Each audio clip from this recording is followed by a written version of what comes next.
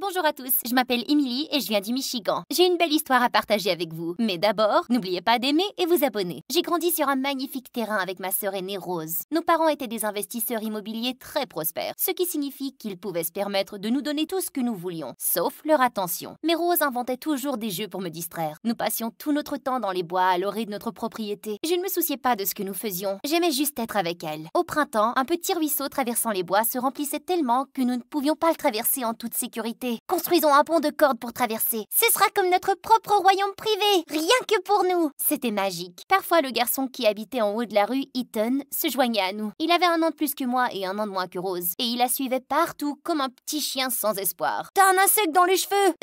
Ouh! Juste là! J'étais très protectrice à l'égard de Rose et je me précipitais toujours pour combattre Ethan avec ma prétendue épée. Hé! Ne te moque pas de ma sœur! Sinon quoi? C'est bon, M. T'as pas besoin de t'inquiéter pour moi. C'est le travail de la grande sœur d'être la protectrice. Tu te souviens? Mais en vieillissant, Rose a commencé à passer plus de temps toute seule. Nous étions toujours très proches, mais un fossé s'était creusé. Pouvons-nous aller jouer dans les bois? Je suis occupée aujourd'hui, M. Allez! Tu peux être la reine et je serai ton serviteur. Demande à Ethan. C'est pas la même chose, Rose. S'il te plaît. Emily, j'ai dit non. Elle est montée en trombe à l'étage et a claqué la porte. Je ne comprends pas. Pourquoi est-ce qu'elle ne m'aime plus? Ne t'inquiète pas, ma chérie. Ta sœur ne fait que grandir et elle a des choses à faire maintenant. Mais elle t'aime toujours, crois-moi. Je n'aimais pas beaucoup ce changement et je n'étais pas encore prête à grandir. Je continuais donc à me rendre seule dans notre royaume enchanté dans les bois. Mais un jour, tout a changé. C'était une belle journée de printemps. Après l'école, j'ai jeté mon sac à dos dans la maison et j'ai couru vers les bois. Rose était encore là en train de marcher sur le chemin de la maison. Allez, Rose, c'est une journée glorieuse. Trop beau pour rester à l'intérieur.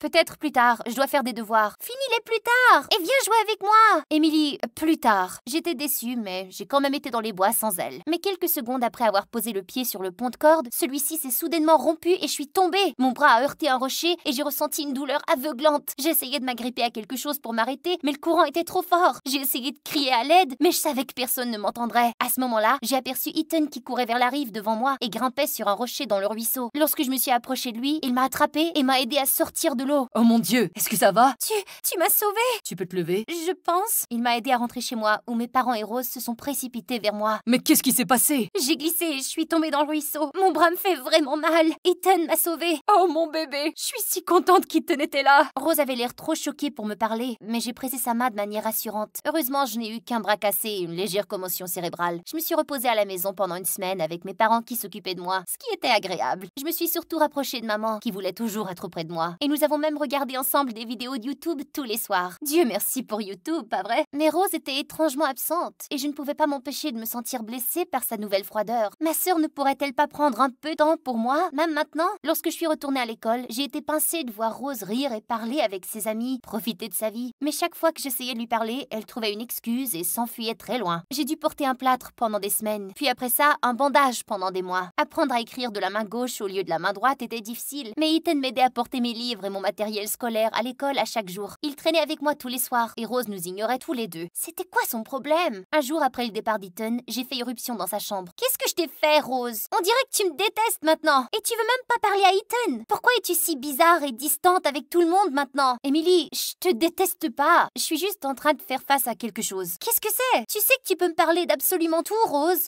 Ok, c'est Ethan. Je l'aime bien depuis un moment, et récemment, je lui ai demandé de sortir avec moi, mais il m'a rejeté parce que, eh bien, il est gay. Quoi? T'en es sûr? Ouais, bien sûr, il me l'a dit. Mais tu ne peux pas lui dire un mot parce qu'il m'a fait jurer que je le dirais à personne. Il ne veut pas que personne le sache. Mais ouais, je suis un peu déprimée à cause de ça, tu comprends? Et je peux pas être près de lui en ce moment. J'avais aucune idée, Rose. Je peux arrêter de traîner avec lui si tu veux. Nous pourrions être seuls à nouveau. Non, il a besoin de ses amis autour de lui. Je m'en remettrai assez tôt. J'ai juste besoin d'un peu d'espace. J'ai été choquée par Ethan et un peu blessée parce que j'ai toujours pensé que nous étions des amis proches. Mais il avait dit ça à Rose plutôt qu'à moi. Et j'ai donné à Rose l'espace dont elle avait besoin. Dans les couloirs de notre lycée, elle me frôlait comme une étrangère. Ethan l'a remarqué aussi et un jour, il m'a questionnée. Est-ce que tu t'es disputée avec Rose? Je voulais lui dire que je savais qu'il l'avait rejeté, mais je ne voulais pas briser la confiance de Rose non plus. Mais je pensais réellement que si Ethan et Rose pouvaient discuter, les choses redeviendraient normales. Je ne sais pas, j'aimerais vraiment pouvoir la joindre, mais peut-être que tu pourrais lui parler, toi? Sûr, je peux essayer. Merci, et sois compréhensif avec elle. Elle est manifestement contrariée par quelque chose. Plus tard dans la semaine, Ethan a apporté à Rose ses bonbons préférés et s'est approché de son casier. Je n'ai pas pu entendre ce qu'il disait, mais quelques instants plus tard, j'ai vu le visage de Rose se mettre en colère et elle a poussé violemment sur le sol. Reste loin de moi et occupe-toi de tes affaires, compris? Rose est partie en claquant la la porte et j'étais choquée par son comportement. J'ai aidé Ethan à se relever et je l'ai emmené à la fontaine à l'extérieur. Je ne comprends vraiment pas pourquoi elle a réagi comme ça. Écoute, Ethan, je sais que t'es pas prêt à ce que les gens sachent, mais je te jure que je garderai ton secret. Et je pense que Rose est encore très blessée que tu l'aies rejetée. Hein? De quoi tu parles? C'est bon, Ethan. Elle m'a tout dit sur le fait que tu es gay et que tu veux pas être avec elle. Elle a dit que c'était pour ça qu'elle avait arrêté de nous fréquenter. J'ai pensé que peut-être si vous vous parliez à nouveau, les choses pourraient redevenir normales. Mais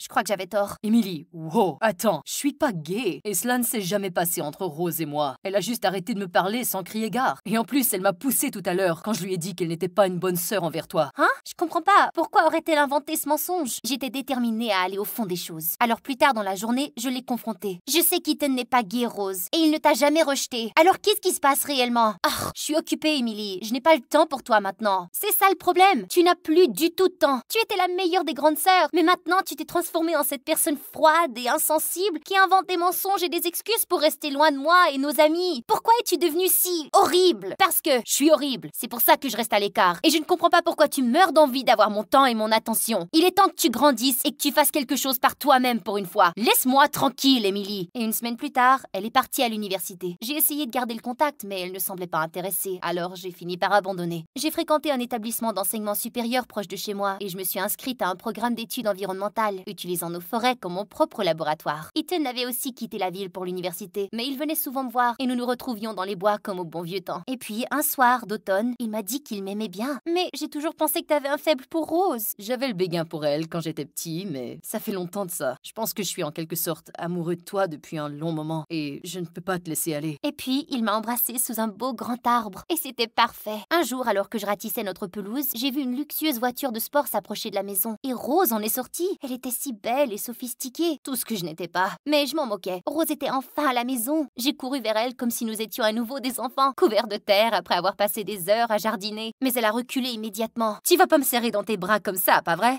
Non, bien sûr. Je suis heureuse de te voir, c'est tout. Ouais, ok.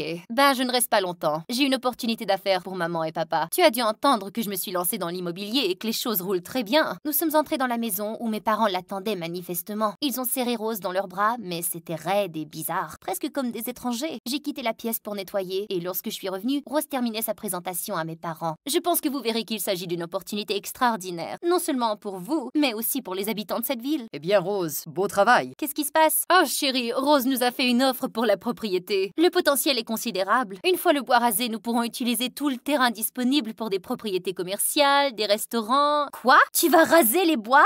Eh bien oui, chérie. Toutes ces terres sont autrement gaspillées. Et vous deux, vous êtes d'accord avec ça? Chérie, c'est ainsi que les affaires se font. Qu'en est-il de l'impact environnemental? Qu'en est-il des animaux qui y vivent? Ah, Émilie, ne sois pas si émotive. C'est une grande chance pour cette ville d'aller enfin de l'avant, tu comprends? Aller de l'avant? As-tu déjà pensé que la ville est peut-être satisfaite de sa situation actuelle? Et que tu es peut-être la seule à vouloir aller de l'avant en permanence? J'ai quitté la maison en claquant la porte. Comment pouvait-il faire ça? Comment pouvait-elle faire ça? Je suis revenue quelques temps plus tard des bois pour trouver Rose debout sous le porche en train de parler au téléphone. Oui, c'est presque fait. Oui, bien sûr. Je vais vous rappeler. Ma petite sœur est ici, elle a l'air très en colère contre moi. Elle a mis fin à son appel et a soupiré.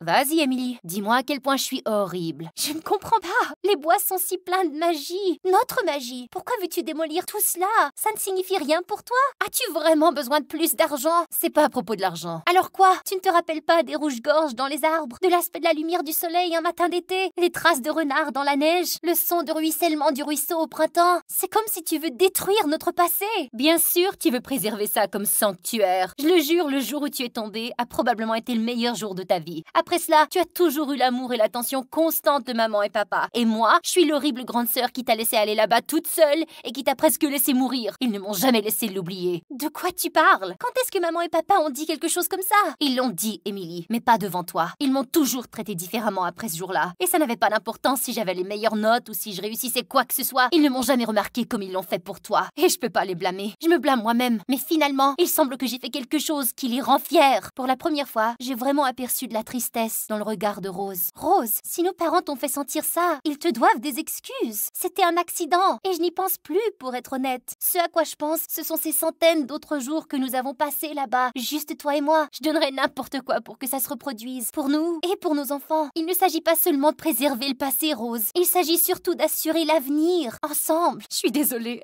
ça fait si longtemps que je voulais t'avouer tout ça. Je sais que je t'ai causé beaucoup beaucoup de mal. Mais je pensais que si je restais à l'écart de toi, je ne serais pas responsable de ce qui t'arriverait. Je suis désolée. Tu n'as pas à être désolée, Rose. Les bois ont toujours été spéciaux. Mais c'est toi qui les as rendus si spéciaux. Je veux juste que ma sœur revienne. Pour la première fois depuis des années, nous sommes restés là ensemble à regarder le soleil se coucher derrière les arbres.